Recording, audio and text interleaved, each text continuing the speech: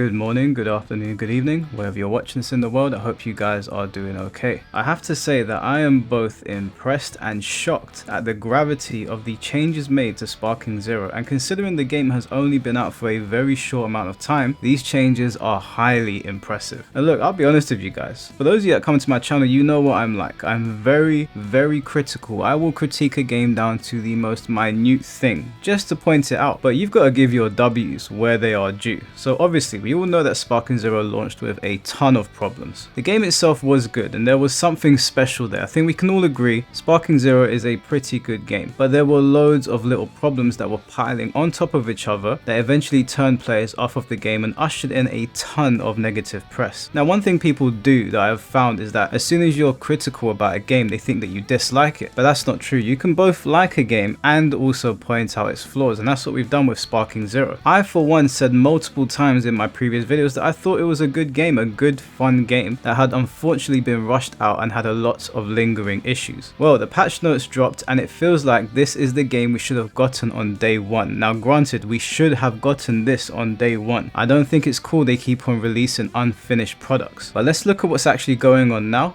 and go from there. Now, the changes to the game are so grand in scope that I am not even going to go through all of them, because honestly, they're not even listed in their entirety on the Bandai Namco website. People have been dropping video after video over on X of changes that have been made, nerfs that have been given to certain characters, and new ways to play the game. So we will go through a few here and speak on why they've made the game a much more fun experience all around. The first change I'd like to highlight is Dragon Dash cancels. They're finally back in the game, and as you can see from this clip, it's just new ways to open up an opponent, keep the pressure going, and it's just more fun. It's more of a Dragon Ball Z thing. Besides, it looks very cool. They've also just made Dragon Dash in general a lot quicker, as you can see demonstrated here. This is just a good change all around, and it adds to the atmosphere the game is trying to promote. Next up, we have an absolutely huge change, and this might not just affect Broly, but it might actually have an effect across the entire cast, or at least most of the characters. Z Broly was hated online for his relentless key spam into his unblockable ultimate attack. Well, I'm happy to report those days are officially over. Whilst the attack is still unblockable, you can see in this clip that the move is drastically slower and you have a lot of time to get out of the way. This is how it should have been from day one. There was no reason to have such a powerful attack be unblockable as well at that speed, and for what?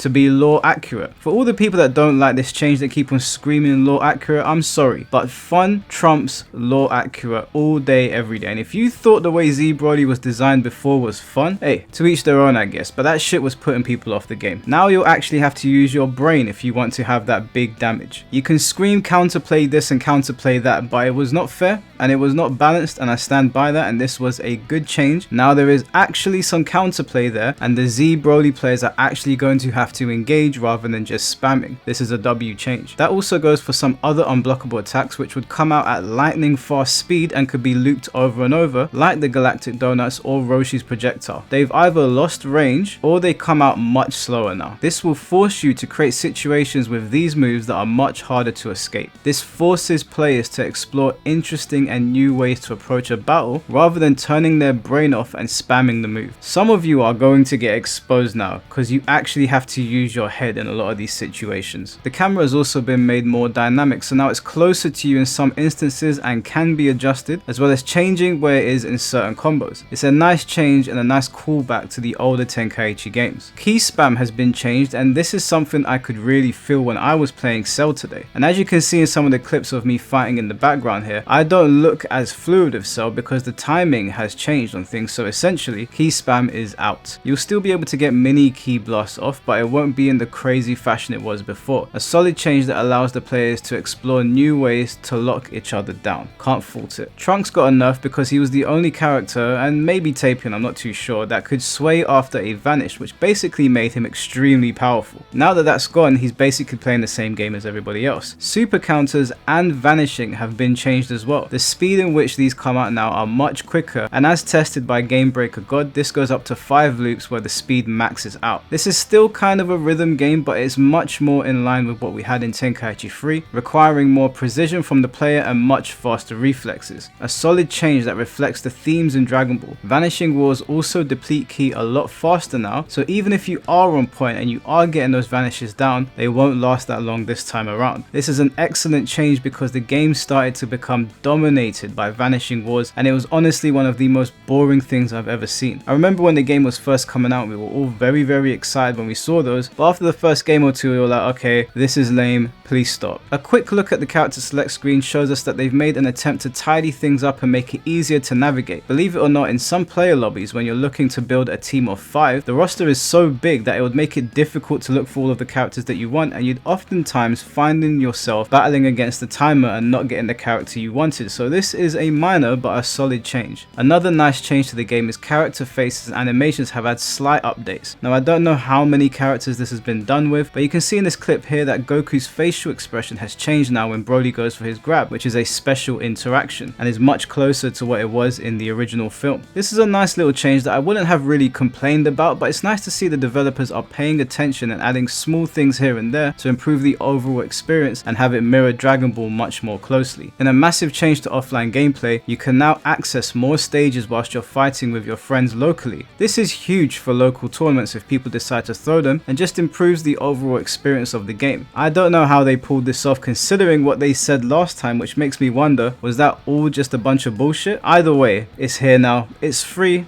There's no need to make a payment for it. It's a W as far as I'm concerned. Yeah, it should have been here on day one, but it's here now. I'll be honest with you, I don't know what the hell this is, but it was found by a player called El Dotso, and it seems to be a hidden piece of tech that can come in really handy that didn't exist before the patch. No idea if it's something that can be abused or it's just a cool feature and a new way to fight your opponent without being patched out before the game gets updated next, but it looks cool, so I'm here for it. As I said earlier, unblockable attacks have been made much slower, so it's not just Broly. Now it won't be as easy to get off a spirit bomb when you're using Goku, which you can see in this clip here. Instant sparking now costs 4 skill points instead of 3, which is great, but I'd still like the key sickness gimmick to be added to the game because the skill bar does still go up fairly quickly. Either way, this is a step in the right direction. Now to round off the video, there are 2 big changes that I'm actually a fan of. General combo damage has been reduced, and now when someone does after image strike, not only does it only last 10 seconds, but if you attack me and I use Sonic Sway, it will deactivate the after image strike, therefore wasting your skill points. Needless to say, that is a monumental change and one that is very welcome. Not only will that stop a lot of nonsense that was happening in the game, but you'll see more characters being used online now because people won't be relying on the after image strike. As far as I'm concerned, this is a fantastic change. Now believe it or not, those aren't all the changes that were made to the game. There are much more changes to go over, so I encourage you to go on Twitter, to go on X, whatever you want to call it, go onto the Bandai Namco website and have a look for yourself. There are so many changes that have been made to this game and they haven't even all been listed. It is actually insane how big this patch is. I have to be honest with you guys, everything that I've seen has been for the better. That is everything that was intended. It isn't without its controversy, so we do have to go over something that has happened with this update. There has been a game-breaking bug that has been discovered where in the last 60 counts of the match, any character switched in will heal full HP and go to skill point 0. So nothing's perfect in life, guys. There are always going to be problems. This is a game-breaking bug, make no mistake about that, but given the fact that they have updated the game in this manner, in this scope, it leaves me with a lot of confidence that they're going to continue doing this going forward, and this response is great. They've done a fantastic job in patching the game, and I can say now what I couldn't say before, this does feel like it belongs in the Tenkaichi series. The general game just feels very different, and it does feel like I need to go in there and relearn how to move around and readjust my combos. Not everything has changed, it's still the same game in its framework overall, but there's enough in there for me to say, okay, we can lock into this. And as I said, I've been hard on this game despite really enjoying it, but I have to throw a W up when it's due. This patch is huge. Once again, let me stress, this is not all of the changes. I'd highly recommend going over to X. Now, there are a few things in the game that I definitely wanted changed. They have not addressed rage quitters. That is a big L as far as I'm concerned. I don't know why Bandai Namco will not acknowledge rage quitters. It's very irritating. But I do have to say,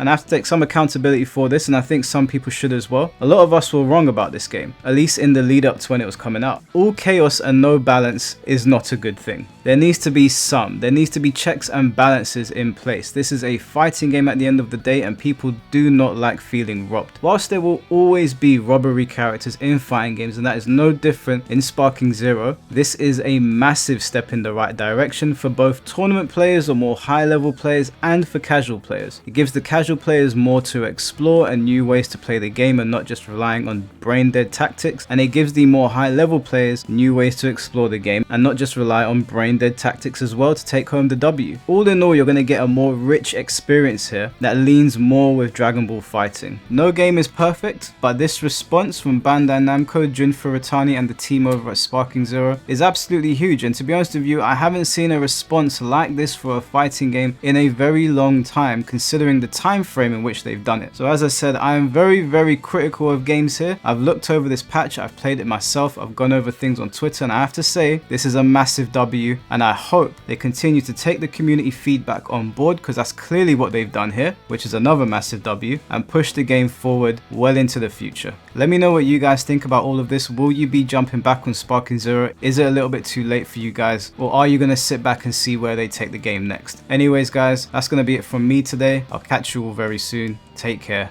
and peace.